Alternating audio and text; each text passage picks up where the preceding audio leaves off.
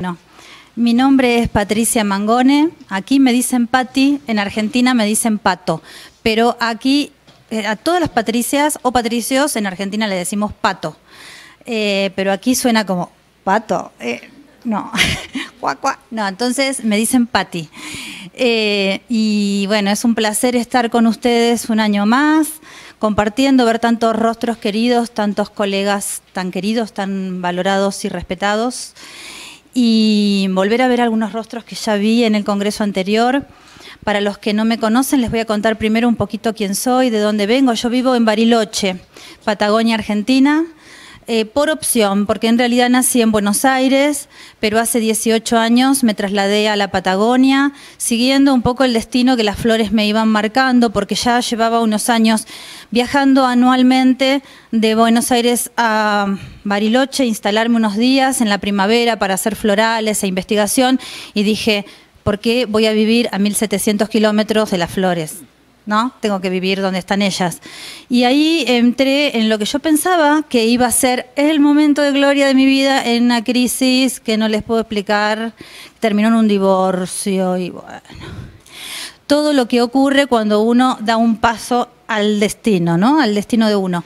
Y ese movimiento, ese proceso, condujo a la creación del sistema floral que se llama Esencias de Afrodita, en honor a la diosa que integra todos los rostros de la divinidad femenina.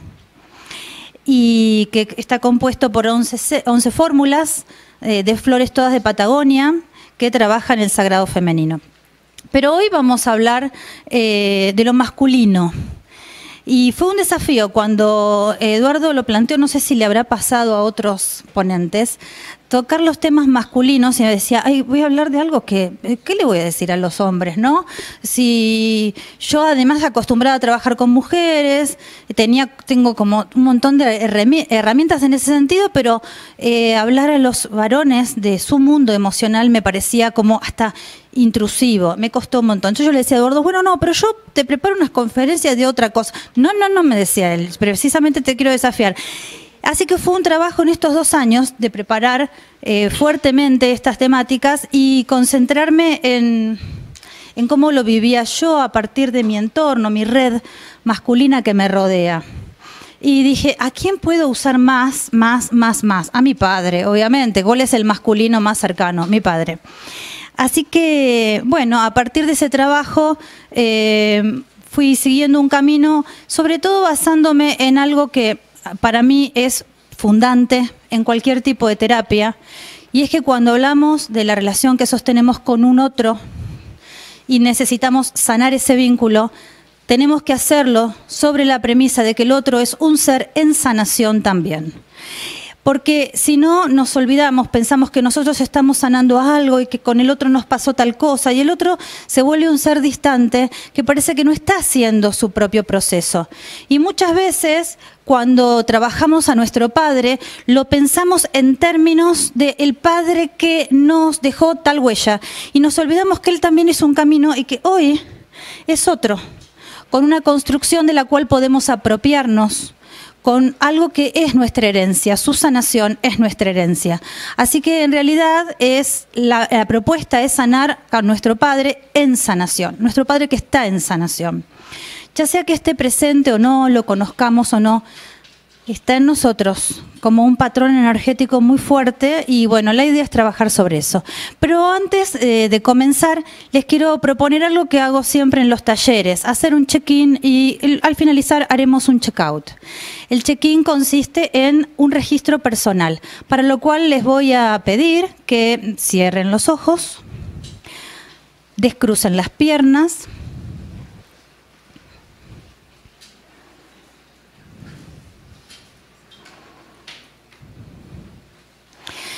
y comiencen a sentir el cuerpo, cómo está, qué parte del cuerpo está más tensa. Dirijan la atención a esa zona del cuerpo que está tensa, y al respirar, al inhalar y al exhalar, lleven el aire, imaginen que llevan el aire a esa parte del cuerpo. Si les duele un hombro, imaginen que inhalan y exhalan desde el hombro. y comiencen a soltarlo. Lentamente. Sueltan las tensiones y comiencen a pensar en esto. ¿Cómo llegué hasta aquí? ¿Cómo estoy? ¿Cómo me siento? ¿Qué me pasó en las horas, en los días previos? ¿Con qué llego a este lugar? ¿Qué carga traigo? ¿Cómo me siento? ¿Cuáles son los pensamientos que están aquietando mi mente repetidamente? ¿Cuál es el parloteo más frecuente que tengo? ¿Qué es lo que estoy trayendo a este lugar y a este momento?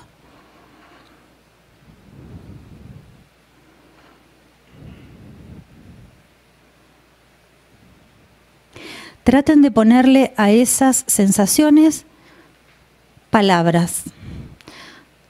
2 o 3 palabras que puedan retener en la memoria porque luego las vamos a usar.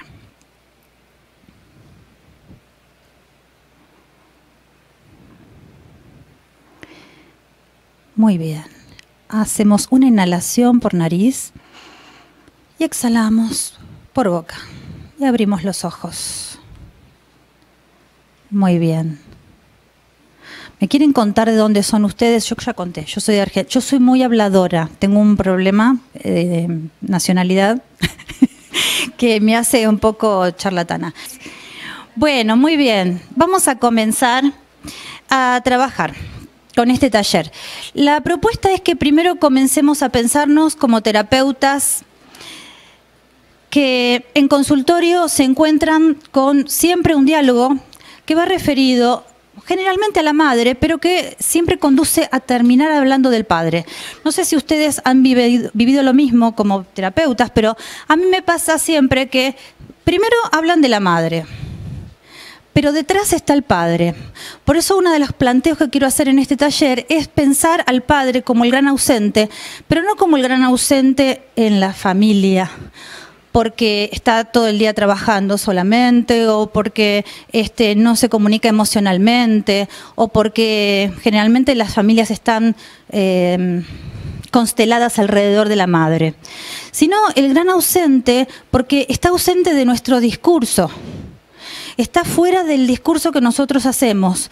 Generalmente todo lo giramos en torno a la madre, también cuando vamos a resolver, cuando miramos, vemos a la madre, vemos lo que la madre ha constelado arquetípicamente y en la sociedad lo vemos de esta forma también. Y el hombre ha quedado relegado, ¿no?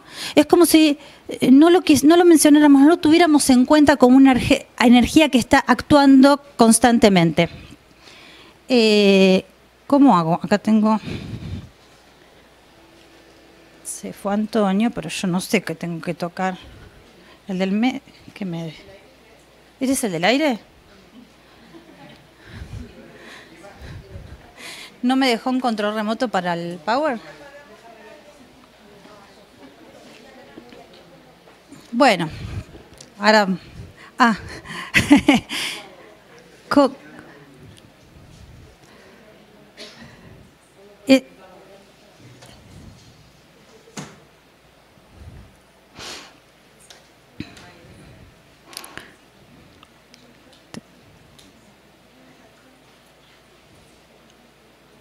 No sé qué pasa. Debe ser Mercurio que ya entró en sombra. Yo soy astróloga también. Ya entró en sombra. En breve va a estar retrogradando en Escorpio.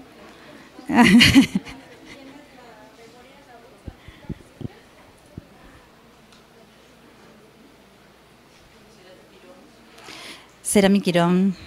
Vamos a hablar de Quirón hoy. ¿Qué pasa? ¿Querés? Ah, muy bien.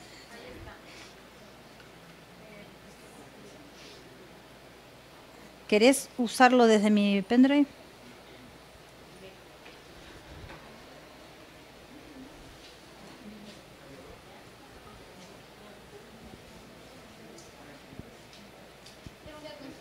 Sí, cómo no. No. Sí, hay que tomar apuntes. De todas maneras, si quieren el PowerPoint, se los puedo pasar. ¿Sí? Sí, cómo no.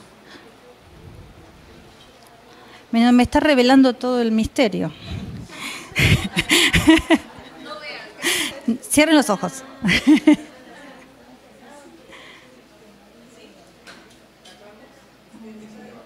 ¿Sí? ¿Estamos? Bien, bueno, esta es la propuesta de trabajo. En principio ya lo hicimos, la autoindagación, lo que yo llamo el check-in. Yo soy docente, además, soy profesora de historia de escuela secundaria. Aquí sería secundaria y prepa, ¿no? Allá en Argentina es todo secundaria. Y siempre lo uso con mis alumnos y es muy útil porque generalmente nosotros vivimos una instancia de aprendizaje y no nos damos cuenta qué nos estaba pasando y qué nos llevamos al terminar.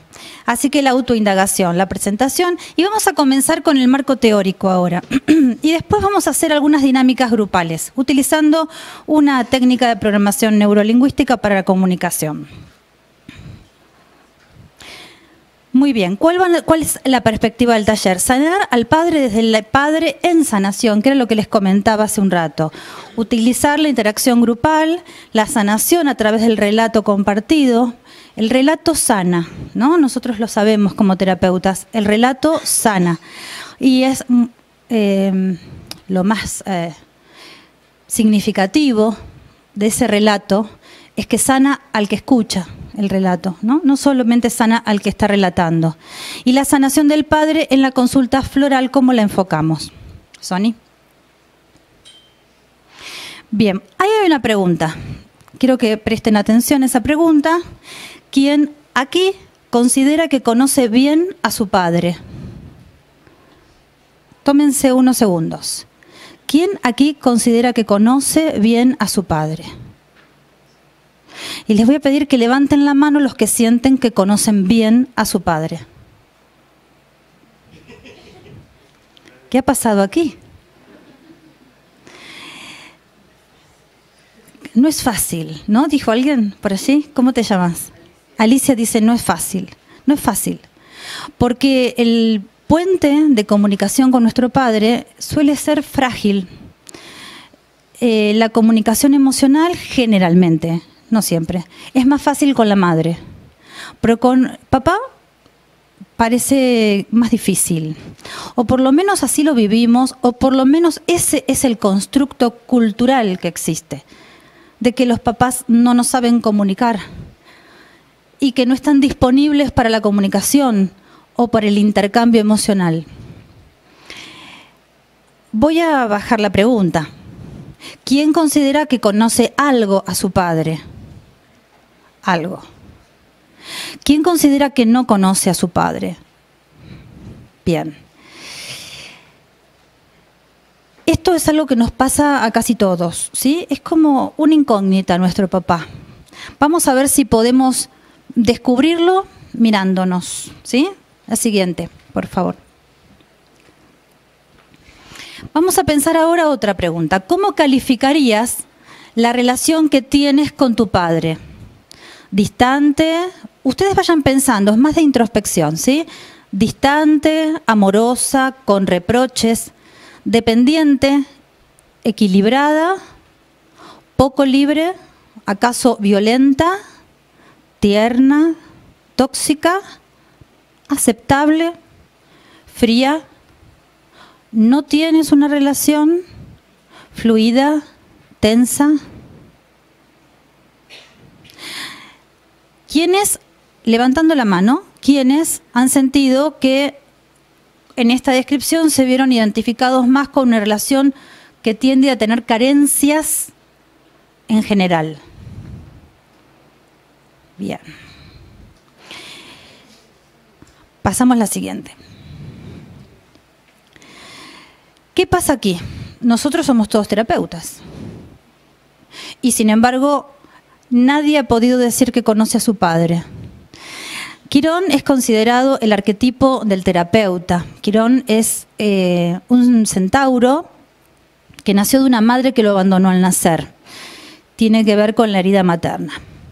Sin embargo, todo el mundo se olvida de quién era el padre y por qué la madre lo abandonó al nacer. El padre era Zeus.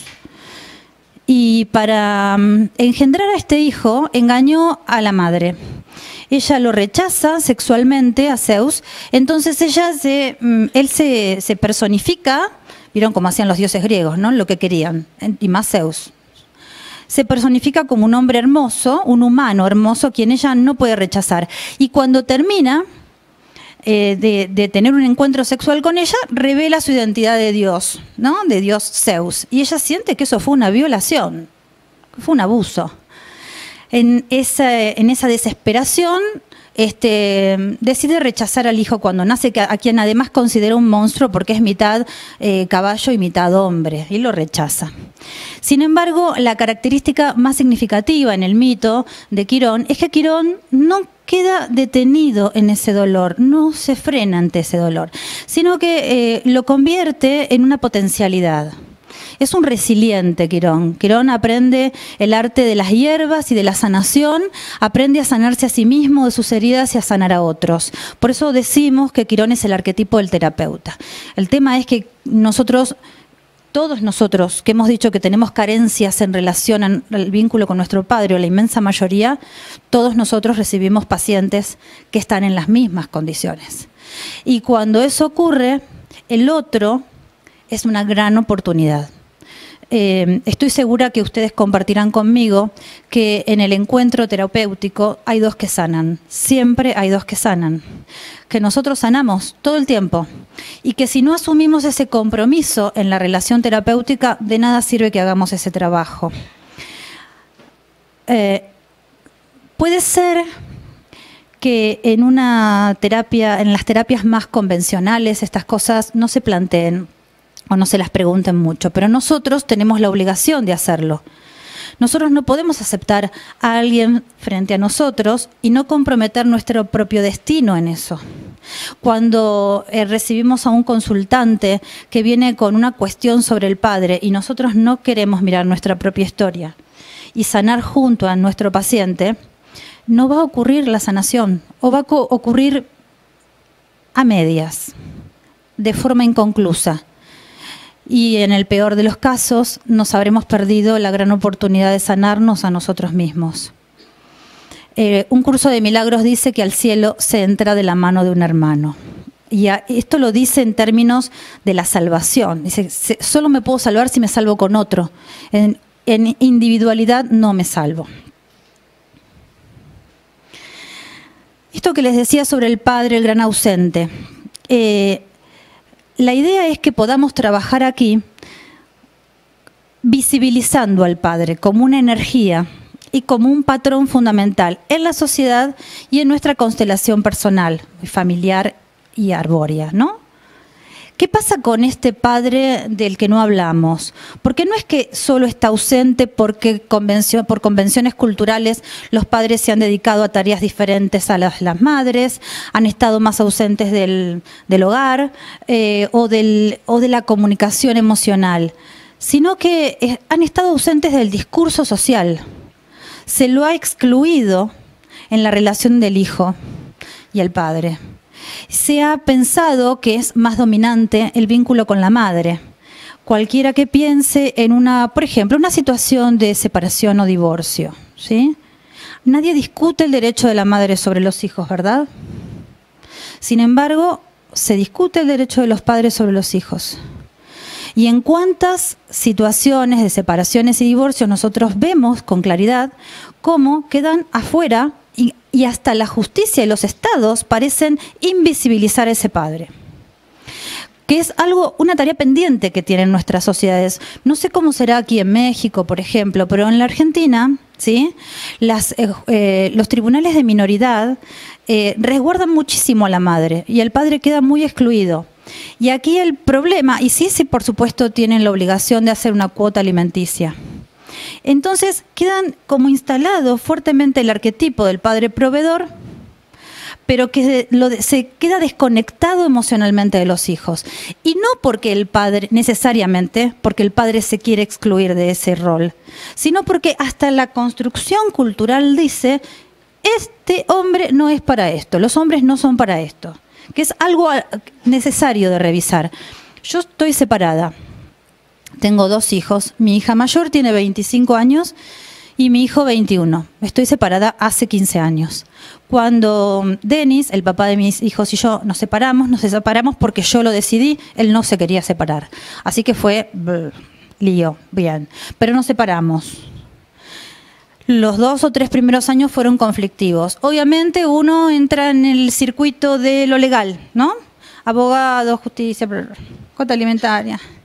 Yo recuerdo la sensación de esto no funciona. Esto así no sirve. Así que saqué todos los intermediarios del medio, lo invité a tomar un café y le dije, no tengo ganas de nada de esto. Veamos si podemos hacer otra cosa. Como soy una persona muy bendecida, y mis hijos también, este hombre decidió hacer un camino diferente, ¿no? Hoy nosotros, para los que me conocen, saben que tenemos una amistad entrañable, Denis y yo, pero hemos llevado 15 años de mucho trabajo post-divorcio, para que él pueda ocupar el lugar que le corresponde y para que mis hijos no sean lisiados emocionalmente. Porque aquí estaba en juego eso. Y esto es muy reiterado. Yo pongo este caso, pero pueden haber otras razones por las cuales emocionalmente el padre queda excluido y la sociedad empuja a que eso ocurra de esa forma, porque eso es lo que se espera que sea. ¿Sí? ¿Bien? Bien. ¿Cómo se siente eso de no intervenir cuando el otro habla? Es difícil, ¿no? Es imposible. Porque, ¿saben por qué intervenimos? Por ansiedad. Cuando escuchamos el relato de alguien, sentimos la necesidad inmediata de repararle el relato. Cuando en realidad el relato puro es lo que contiene auténtica sanación. Es el puro, el que no está intervenido. Después podemos construir un relato nuevo sobre las cosas, pero después de un trabajo. Pero cuando nosotros vamos a comunicar emociones, vamos a contar algo que nos pasa, algo que es de nuestra intimidad, la palabra del otro vicia nuestro relato, lo contamina. Y empiezo a confundir lo que siento, lo que estoy sintiendo, con lo que la intervención del otro modifica mi sentir. Y entonces empiezo a perder contacto con mi emoción del momento. ¿Y cómo se sintió hablar? Emoción, bien. Voy a pedir que porque no da el tiempo para que todos participemos, ¿no? Porque somos muchos, pero 2 personas que se ofrezcan a contar no lo que el otro le contó, sino cómo se sintió escuchando ese relato, qué le pasó al escucharlo, ¿sí? ¿Quién se ofrece? ¿Quién tiene ganas de compartirlo? Aquí, ¿tu nombre?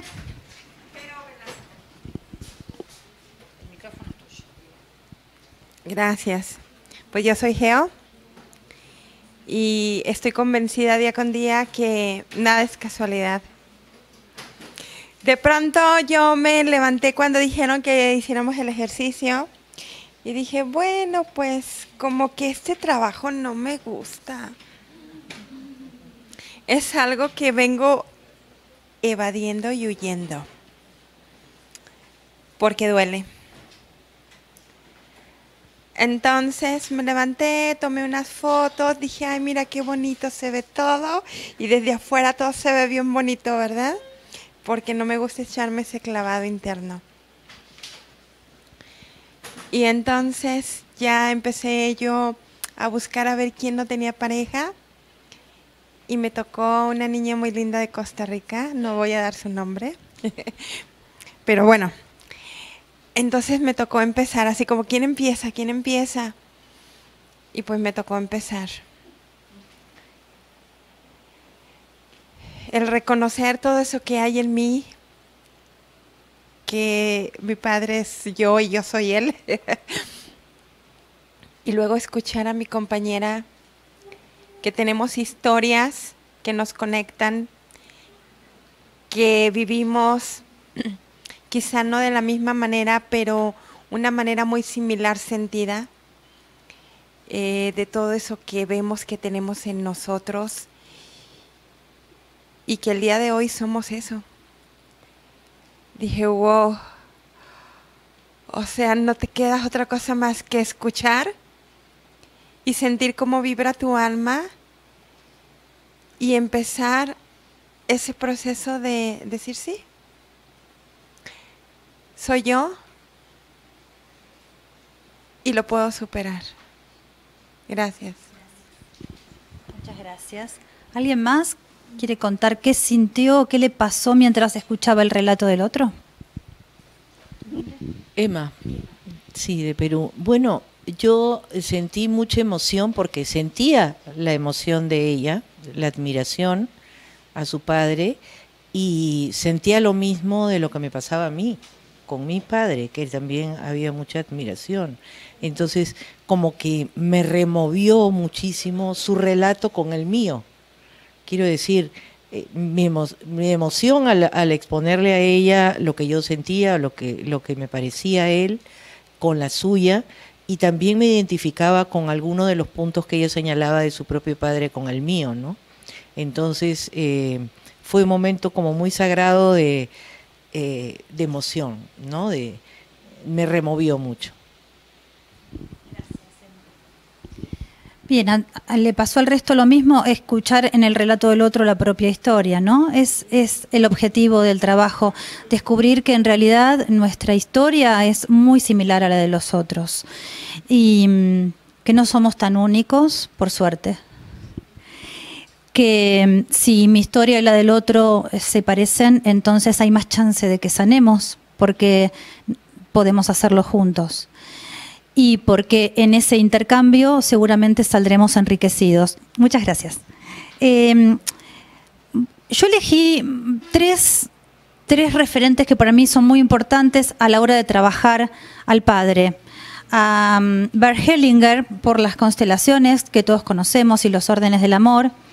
A Gabrielle Roth, una terapeuta y bailarina que admiro muchísimo y cuyo trabajo en mi vida ha hecho maravillas y milagros, que nos desafió con su libro Mapas del Éxtasis y su teoría de los 5 ritmos, donde ella dedica uno de los ritmos específicamente a trabajar al padre, ¿no? Y ella tiene una teoría que se condice con la teoría de Hellinger y también con la de Erich Naumann, que discípulo de Jung, uno de los principales discípulos de Jung, que desarrolla toda una teoría sobre en qué momento la psiquis incorpora al padre.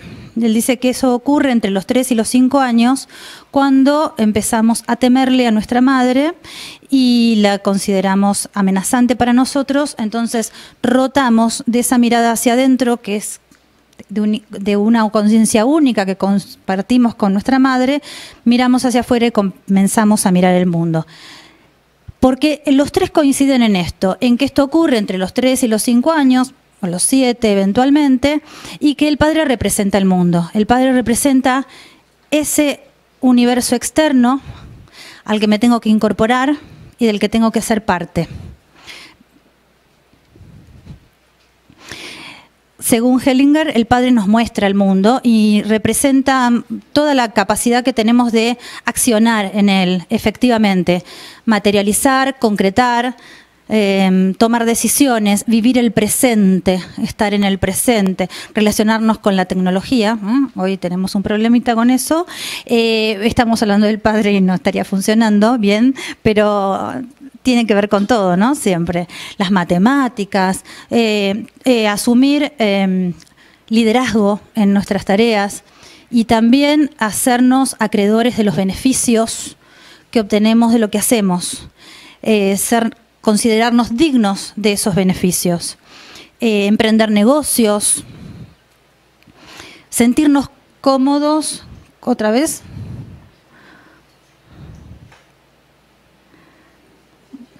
es un chiste de mi padre, es mi padre, que lo van a conocer hoy a mi padre al final, sí, es la temperatura otra vez.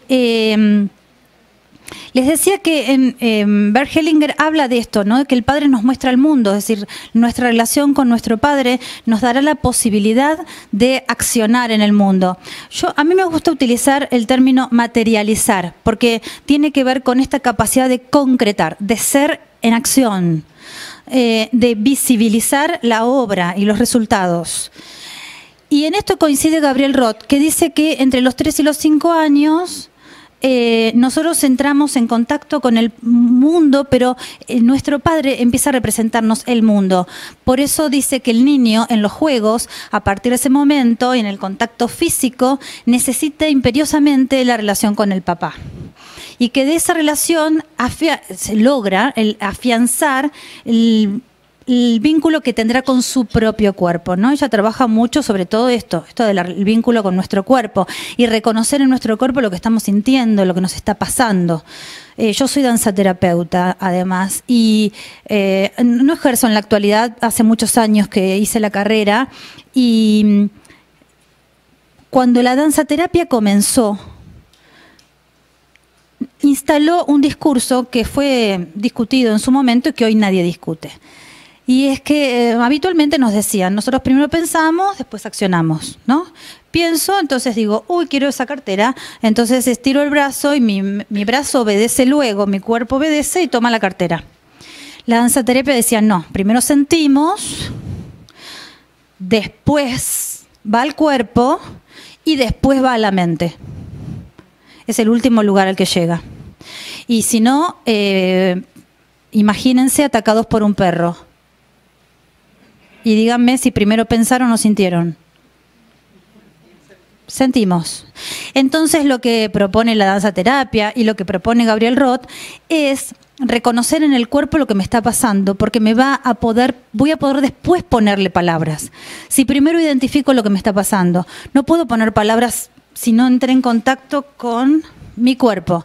Y ese contacto, dice Gabriel Roth, se desarrolla entre los 3 y los 5 años a partir de crear un lazo físico con el padre. Por último, Erich Naumann dice que el mundo arquetipal que nosotros construimos con nuestra madre en los primeros años de vida y ya desde el útero, logra abrirse al mundo y empezar a representar en el mundo, ese mundo arquetipal que estaba en la conciencia, a partir del vínculo con el padre, y que es en ese momento en que nosotros nos sentimos partícipes del universo. Quiere decir que estos 3 autores y creadores, tan lúcidos, tan maravillosos los 3, nos están convocando a lo mismo, a la idea de que nosotros somos en la realidad a partir de nuestra relación con nuestro padre. La pregunta es, ¿qué pasa si no hubo un padre? Porque nunca lo conocí, no estuvo. ¿Qué pasa si ese padre fue tan violento, tan terrible, tan dramático, que no lo puedo incorporar, no puedo vincularme? ¿Cómo resuelvo? Bueno, y aquí Claudio Naranjo habla de otra cosa. Habla del padre como el amor venerativo, ¿sí? Y él dice, yo puedo no tener a mi padre. Físicamente, puede no haber estado, puedo haber tenido un vínculo dolorosísimo con él. Sin embargo, hay algo en mi cerebro que ocupa el lugar del padre y que yo puedo activar. Y es cuando él habla del cerebro tripartito. Y él dice que el neocórtex, que es la parte más humana que tenemos de cerebro, la más evolucionada, entre comillas, representa al padre. Después lo vamos a poder ver en las imágenes cuando se resuelva esto, ¿no? ¿Ya? Porque yo quería que lo vieran en el cerebro. Nosotros tenemos 3, según Claudio Naranjo y muchos otros, ¿no?, que se han dedicado a este estudio, claro, que dice, este padre es el que me permite hacer todos los procesos de análisis y de comprensión de la realidad.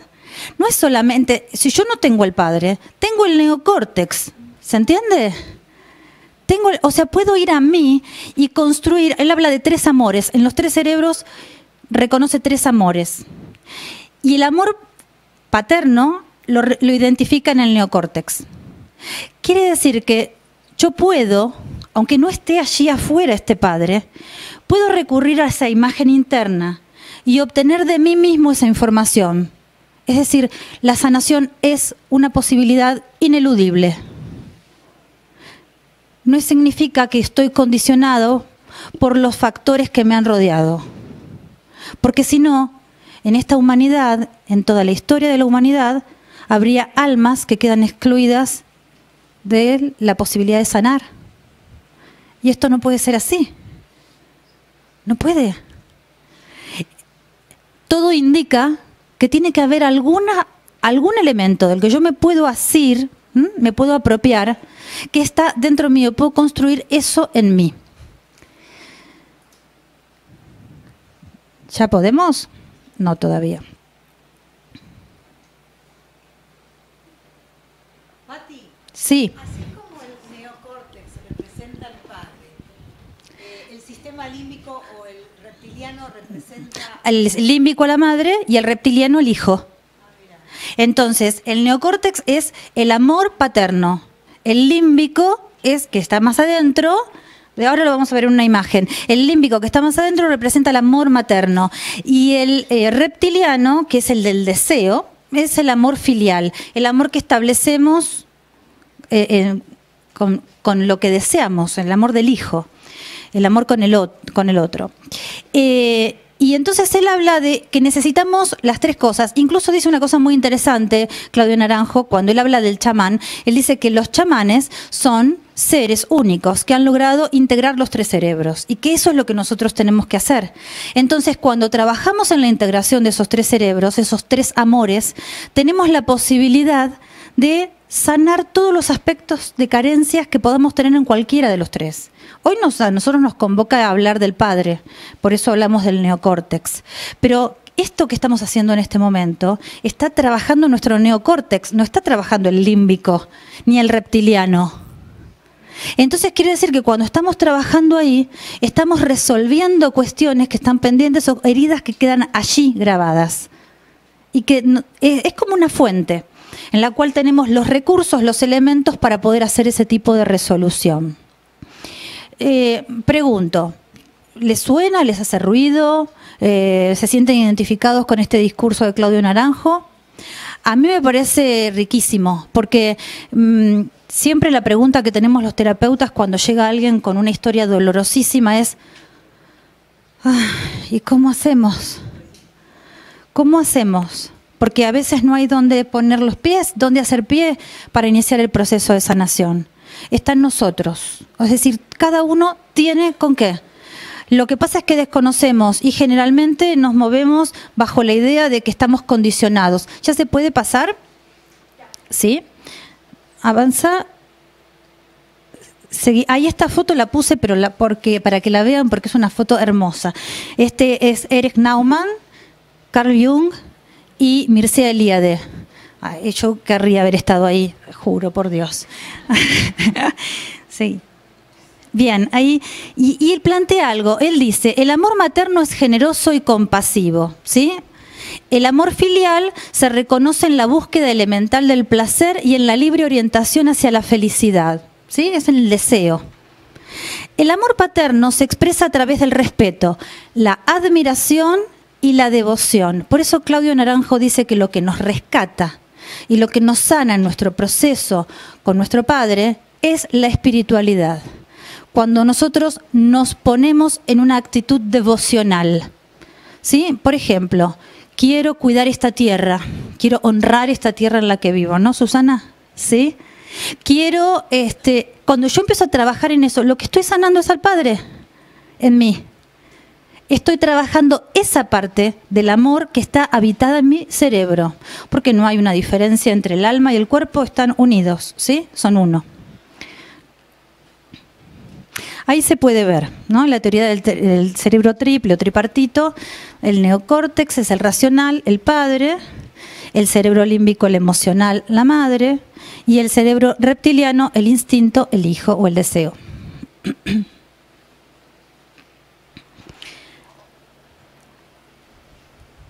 ¿Qué pasa con ese padre que no está ahí? Puede estar aquí. Podemos trabajar en la construcción de un padre interno. Para Naranjo, para Claudio Naranjo, ese padre es el padre divino, ¿sí? E incluso él habla del niño divino y la madre divina, o sea, corre lo humano. Y pensar que está en nosotros y que es la parte sagrada en nosotros, el lado masculino sagrado en nosotros. Y que sanando y trabajando esa parte nuestra, sanamos nuestro vínculo con nuestro padre.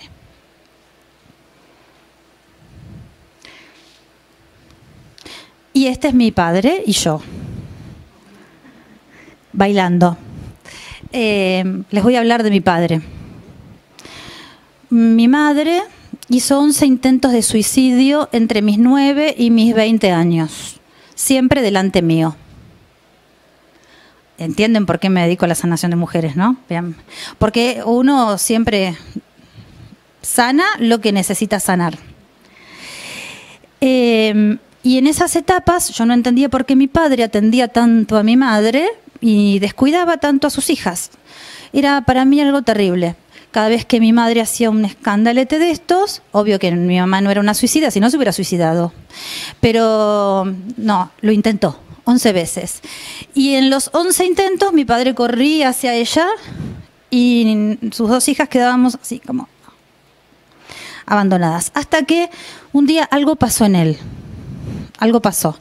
En uno de los intentos de suicidio de mi madre, yo tuve una crisis muy seria y mi padre soltó a mi madre y la tiró. Se cayó mi madre. Rodó y me atendió. Ese día yo supe que todo tenía solución, ¿no? Por eso lo honro, porque él ha hecho un camino muy difícil para llegar a ese lugar, para poder reconstruirse, sanarse a sí mismo y permitirme a mí la sanación.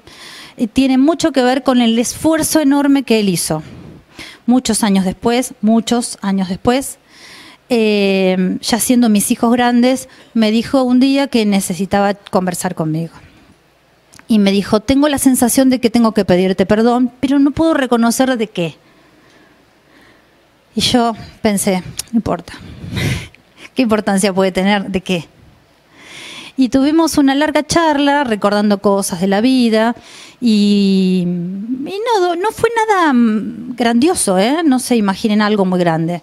Pero yo siento que a partir de ese momento no hubo más pendientes. Pero eso tiene que ver con que él hizo un proceso y él tenía pocos recursos para hacerlo.